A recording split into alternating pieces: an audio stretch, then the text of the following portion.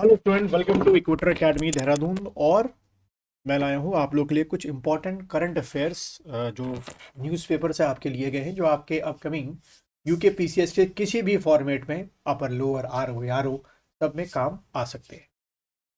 और तैयारी में लगे रहिए, कभी भी कोई भी कैसा भी सरप्राइज आपको यूके पीसीएस की तरफ से मिल सकता है, क्योंकि यूके पीसीएस एक आप कह सकते हो एक ऐसा इंस्टीट्यूशन है जो कभी भी आपको अच्छे सरप्राइज भी दे सकता है, कभी भी आपको बुरे सरप्राइज भी दे सकता है। चलिए बकवास बंद करते हैं या फिलॉसफी बंद करते हैं, काम की बातों पे आते हैं।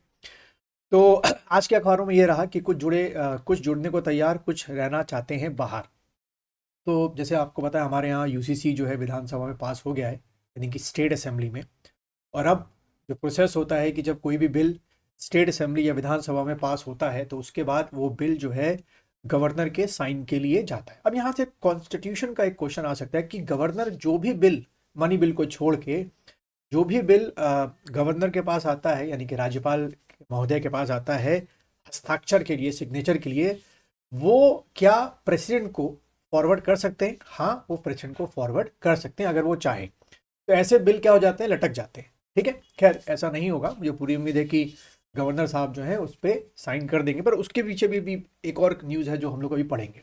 खैर, यहाँ से जो काम की चीज़ें हैं वो ये है कि विधानसभा में समान नागरिक संहिता विधेयक पारित होने के बाद फिलोसफी कर रखी है, जीएस के लिए कोई इंपॉर्टेंट चीज़ नहीं है यहाँ पे, लेकिन ये बॉक्स में जो इंपॉर्टेंट है वो मैंने कर रखे हैं कि जो यूसीसी की कमेटी के मेंबर थे वो आपके जो हमारा पहला आपका गांव है, पहले तो आखिरी गांव कहा जाता था, माणा, वहाँ गए थे। वहाँ पे जैसे लिखा हुआ है कि पीताम्बर मोल्फा कहते हैं कि यूसी लागू करने से पहले सरकार के दो सदस्य उनके पास आए थे और काफ़ी मुद्दों पर उनसे क्या हुई थी, बात हुई थी। खैर, यहाँ से जो हमारे काम की चीज़ है जो मुझे लगता है कि एमसीक्यू में आ सकता है, वो ये है कि हमारे यहाँ जो राज्य में 5 प्रकार की जनजातियां हैं, जिनमें थारू, बोक्सा, राजी, भोटिया और जौनसारी समुदाय शामिल है, जिनको इस यूसीसी से बाहर रखा गया है। ठीक है, तो 5 आप लोग पढ़ते आ रहे होंगे, जितनी भी आपकी 2 किताबें हैं, परीक्षावाणी हो गई या बीएस नेगी साहब की किताब हो गई, ये 2 किताबें आप लोग पढ़ते आ रहे होंगे। ठीक है, और दूसरा अगर आप देखें यहाँ पे जो काम की चीज़ है कि चीन के साथ जो युद्ध हुआ था 62 में, उसके बाद 67 में इन जो पांचों आपकी जनजातियां थी, इनको किसमें 342 आर्टिकल के तहत जनजातीय समुदाय में शामिल करने के लिए अधिसूचित किया गया। तो देखो, एक हमको एमसीक्यू क्वेश्चन यहाँ से मिल गया।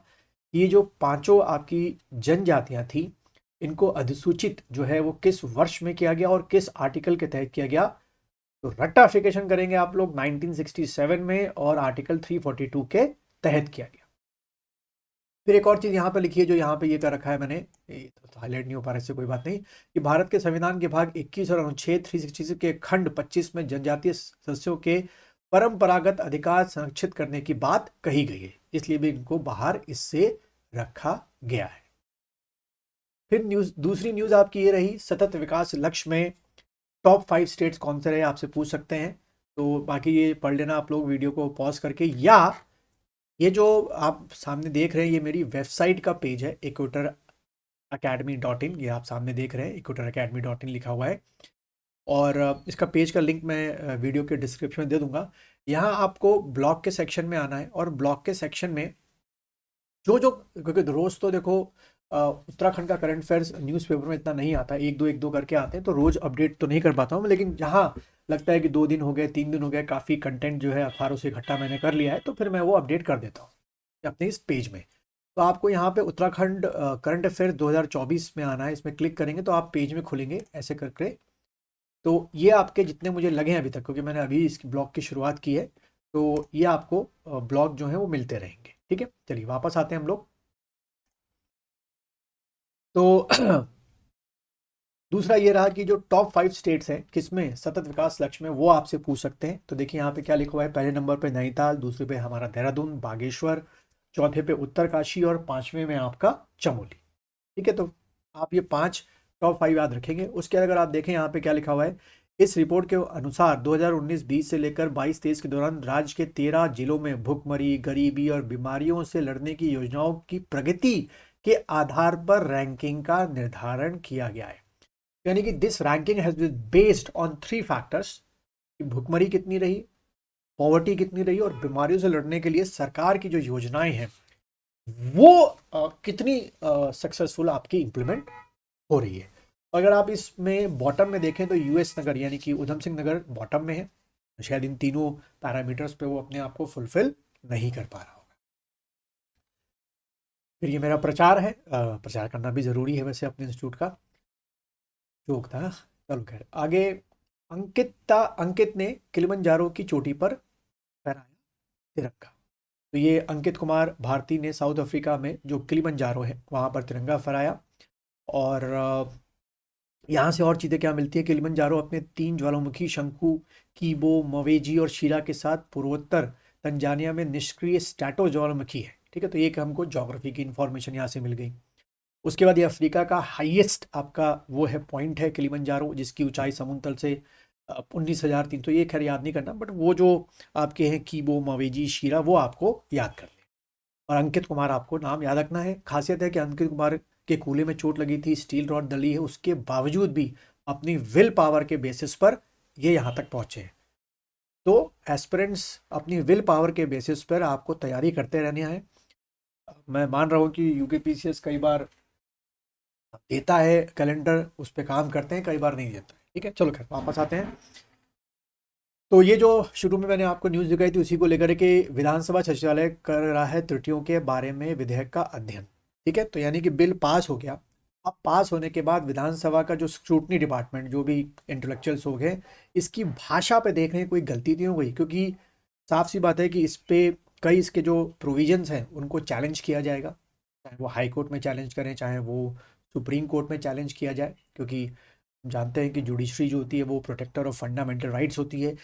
ये देखा जाएगा कि जो लोग चैलेंज करेंगे कि क्या इस यूसीसी के इम्प्लीमेंट से किसी भी तरीके का आपका फंडामेंटल राइट्स का इन्फ्रिंजमेंट हो रहा है।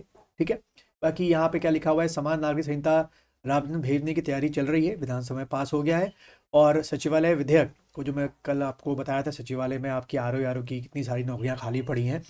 अब प्रभु जो है कब चाहे या विधानसभा जो है कब भेजेगा, मैंने कल बताया था आप लोगों को कि कब भेजेगा किसी भी आयोग को, फिर जुड़ के कब आएंगी या एक साथ आएंगी या अलग अलग आएंगी, वो मैटर अलग है।